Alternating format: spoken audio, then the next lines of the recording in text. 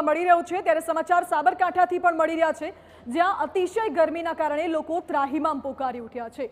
દિવસે રાત્રે જ્યારે જુઓ ત્યારે ભારે ગરમીનો સામનો લોકો કરી રહ્યા છે। લોકોને ગરમીમાં બિનજરૂરી ઘરની બહાર ન નીકળવા ડોક્ટરો દ્વારા સલાહ અપાઈ રહી છે।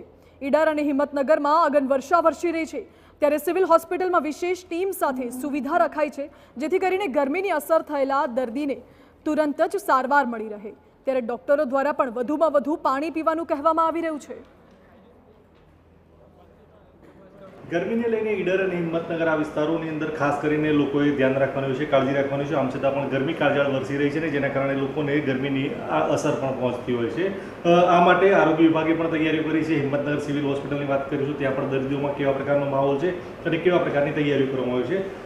આપણી સાથે છે સિવિલ સુપ્રિન્ટેન્ડન્ટ ડૉક્ટર પરેશભાઈ। જે પ્રકારે વ્યવસ્થા કરવામાં આવી કેવા પ્રકારની વ્યવસ્થા કરવામાં આવી, જે પ્રકારે ગરમીને લઈને એલર્ટ આપવામાં આવ્યું છે, ગરમી માટે દર્દીઓ આવે તો તેમના માટે કેવા પ્રકારની સુવિધાઓ કરવામાં આવી? અત્રેની હોસ્પિટલ ખાતે લૂ કે ડિહાઇડ્રેશન અથવા ચક્કર આવવા એવા કોઈપણ દર્દી ગરમીને લીધે આવતા હોય છે તો એના માટે આપણે ઇમરજન્સીમાં પણ તૈયારી કરવા ઇમરજન્સી વિભાગની અંદર તૈયારી કરવામાં આવી છે। આ ઉપરાંત મેડિસિન વિભાગની અંદર પણ આ પ્રકારના દર્દીઓને આપણે ટ્રીટમેન્ટ માટે તૈયારી રાખેલી છે।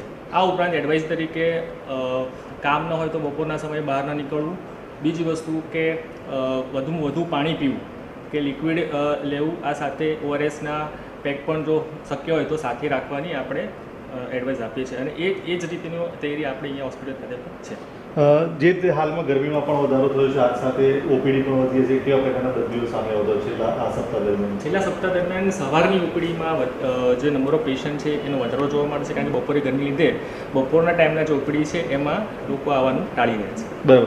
આમ છતાં પણ દર્દીઓ સામે પણ આવતા હશે કે કોઈને ગરમીના કારણે આડઅસર થતી હોય, ગરમીની અસર પહોંચી હોય, આ પ્રકારના દર્દીઓ પણ સામે આવતા હશે, એ લોકોને કેવા પ્રકારની સારવારની જરૂરિયાત ઊભી હોય? તો સૌ પ્રથમ તો ગરમીની ઋતુ હોય અને જો ખૂબ જ ગરમી પડે તો આપણને પરસો થતો હોય છે। સૌથી મોટું જે હોય એ ડિહાઇડ્રેશનનો ખતરો કોઈપણ વ્યક્તિને રહેતો હોય છે, તો આપણે એના માટે વધુમાં વધુ પાણી પીવાનું અને શક્ય બને તો ORSના પાઉચ પણ સાથે રાખવાની આપણે સલાહ આપીએ છીએ। એ પ્રમાણે ખાસ વિશેષ ટીમો પણ અહીંયા સગવડમાં ઉપસ્થિત હશે? હા, આપણે અહીંયા આગળ નીચે ઇમરજન્સીમાં પણ એલર્ટ કરી રાખ્યું છે। આવું કોઈ પણ દર્દી આવે તો એને તરતને ત્વરિત સારવાર મળી જાય એ રીતે આપણે વિશેષ સુવિધા કરી સૂચના આપેલી છે। બરાબર। આ હતા Himmatnagar civil superintendent doctor Paresh Shiladariya. તેમના કહેવા પ્રમાણે જે પ્રકારે તૈયારીઓ જે છે તે છેલ્લા સપ્તાહથી કરવામાં આવી છે અને હજુ પણ આગામી એક સપ્તાહ દરમિયાન આ જ પ્રકારની તૈયારીઓ રાખવામાં આવશે, જેથી કરીને ગરમીને લઈ કોઈ દર્દી જે છે તે પરેશાન ના થઈ શકે ને તેમને તાત્કાલિક સારવાર મળી રહે। અવનીશ ગોસ્વામી, TV9 સાબરકાંઠા। આકાશમાંથી